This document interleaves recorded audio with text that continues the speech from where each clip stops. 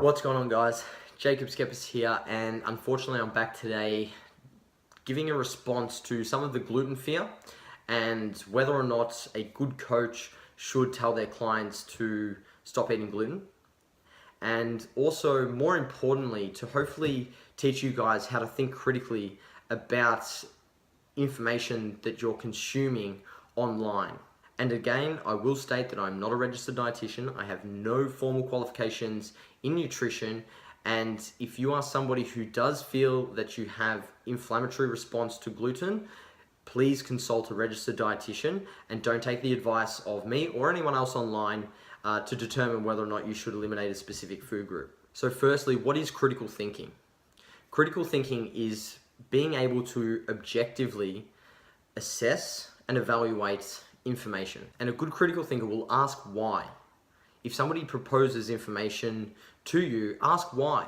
The more times that you question the information that's being presented, the more often than not, you'll realize that the answer to health-related issues and fat loss isn't as simple as what the people who are presenting information may think. And to be a critical thinker, you need to be able to raise, vital questions and ask these, how, why, what, when, where, all of these types of questions about the information that's being presented.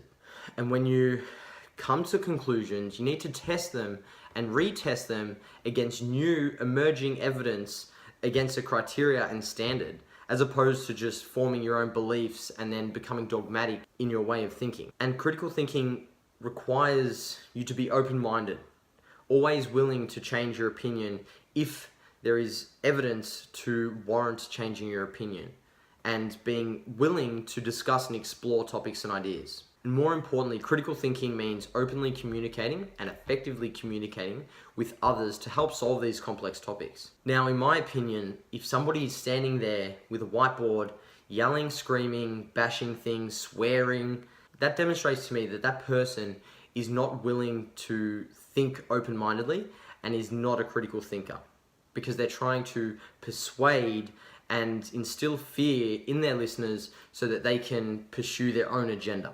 So now that we've spoken about some of the important concepts surrounding critical thinking, let's talk about health, digestion, and gluten. So as a coach, it is our role to care for our clients' health. That is without doubt. And health means somebody's physical and mental condition free from disease. Now, despite the intentions of most trainers in eliminating gluten to improve physical health, what they often don't consider is the ramifications this has on their client's mental well-being, especially when this is done without medical diagnosis of celiac disease, or that person can digest gluten efficiently and effectively. What this does for somebody who can digest gluten is make them fearful of gluten without reason. And this causes fear. Fear is not a healthy state of mind. And if somebody is fearful of a specific food, they will adopt a restrictive mindset towards their diet and have dichotomous type thinking. And that can often lead to more complications surrounding their physical health than it will actually solve. Because restrictive dieting, as I've mentioned time and time again, has been shown in the literature to be correlated to higher BMI, poor body image, overconsumption of food, and a number of other things. And if we overconsume food as a result of ignoring energy balance, because if we think that eliminating gluten means we're healthy, then we'll gain weight. And weight gain is the primary cause of most metabolic diseases in the 21st century. And to set the record straight about good coaching, a good coaching will require you to care for your client's health and well-being, and to continually learn about the problems and issues that our clients have, improving our knowledge and skill set and so forth. However, if a client presents to me osteochondritis, which is dead bone of the kneecap, and they require surgery, I'm not going to go and read a blog about arthroscopy and then pretend to them and trick them into thinking that I'm this self-proclaimed guru on knee surgery to elude them into thinking that I can fix them. A good coach will recognize when something is outside of their scope of practice and is an area that they are not an expert in, and refer to the experts who have studied for years or often dedicate their lives to understanding a specific area. And it's important to understand the problems with scientific literature. Anybody can read an abstract and deduct that X causes Y. However, there are a lot of limitations with scientific research. And we need to, more importantly, understand that the methodology and how the authors of research reach these conclusions is often more important than the conclusion itself, and this will determine the weight that we give that evidence in guiding our behavior and our decisions with our nutrition and training protocols. And there is research to support any claim. For every study showing that gluten causes disease, there are studies that show the opposite. And research is intended to have findings. Studies don't get published if they have negative findings. If the authors set out to find that X causes Y, they will only publish that study if they find that X causes Y. If there is a negative finding, that study will not get published. And there are different types of research. There's mechanistic research, there's applied studies, there's observational studies, and again, each of these contribute differently to the weight of the whole body of literature. And the problem with a lot of the gluten studies is that they are ex vivo, meaning that they take the small intestine out of the body and place gluten in it to assess, biomarkers of autoimmune disease. A lot of the studies are in rats or people with celiac disease. There's very minimal research on gluten with negative health outcomes on individuals who are healthy. So before we conclude that gluten is unhealthy, period, we need to understand these limitations with a lot of the research showing that gluten can be harmful. And the human body doesn't work in a vacuum. It is not an isolated system. Therefore, it is very hard to determine cause and effect because there are a myriad of variables and environmental factors that influence digestion, metabolic processes, and the way the body responds to diet and training. And some examples of this are insulin. So if we look at insulin in isolation, we can say that insulin is bad for fat loss because the mechanism of insulin is that it is a storage hormone, which means that when insulin is elevated, fat loss and fat oxidation will be suppressed. However, when we put insulin in the context of the human body and the metabolic processes that occur when we ingest food, we see that there is a spike in insulin in the postprandial phase, so after a meal, but then when we fast, insulin levels drop below baseline. And if the insulin levels are below baseline, more so than they are above baseline over 24 hours, 48 hours, weeks and months, that means we're creating a calorie deficit, then we burn fat.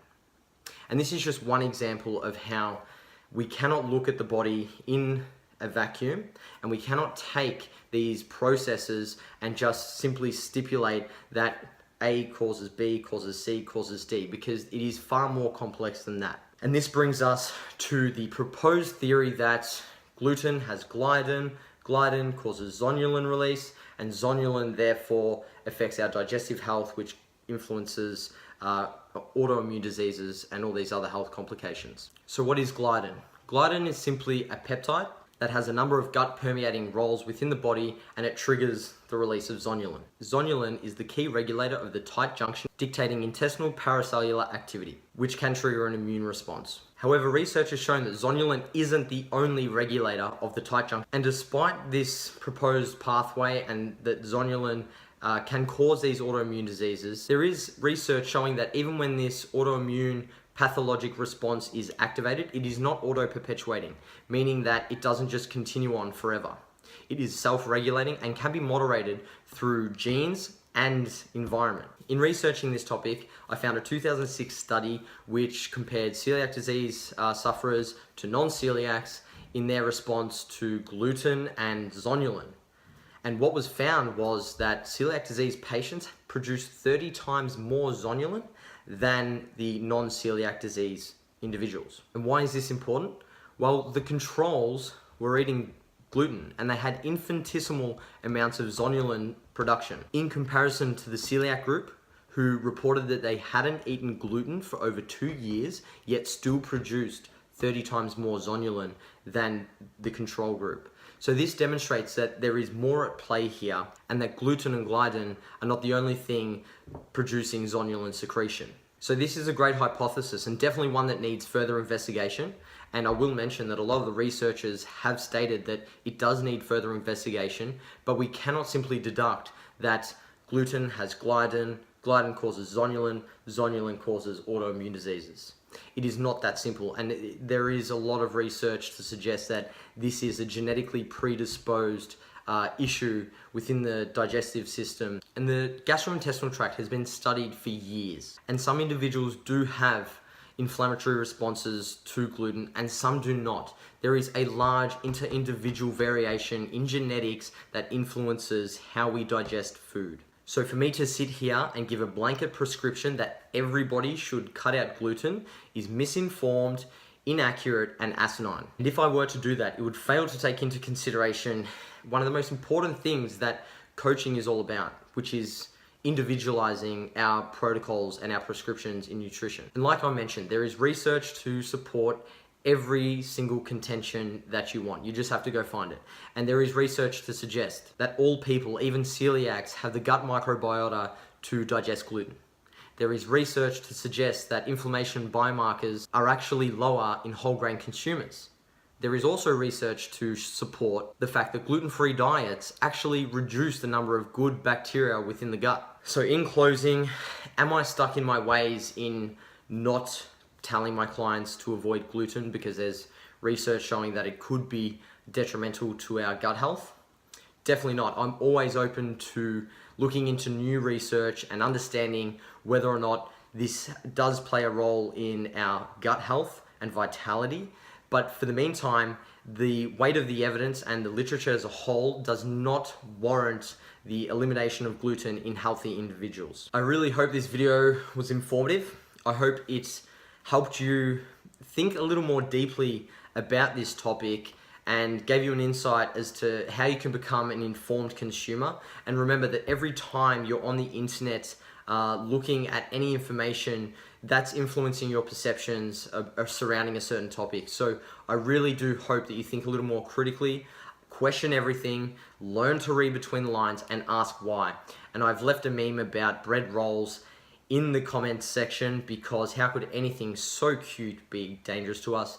And at JPS, we're going to continue to do what we've always done, which is help thousands of people for the last 8 years achieve their health and physique-related goals without fear of any food unnecessarily, whilst adopting a balanced and flexible approach to their diet to ensure that they can enjoy the finer things in life, even if that does contain gluten.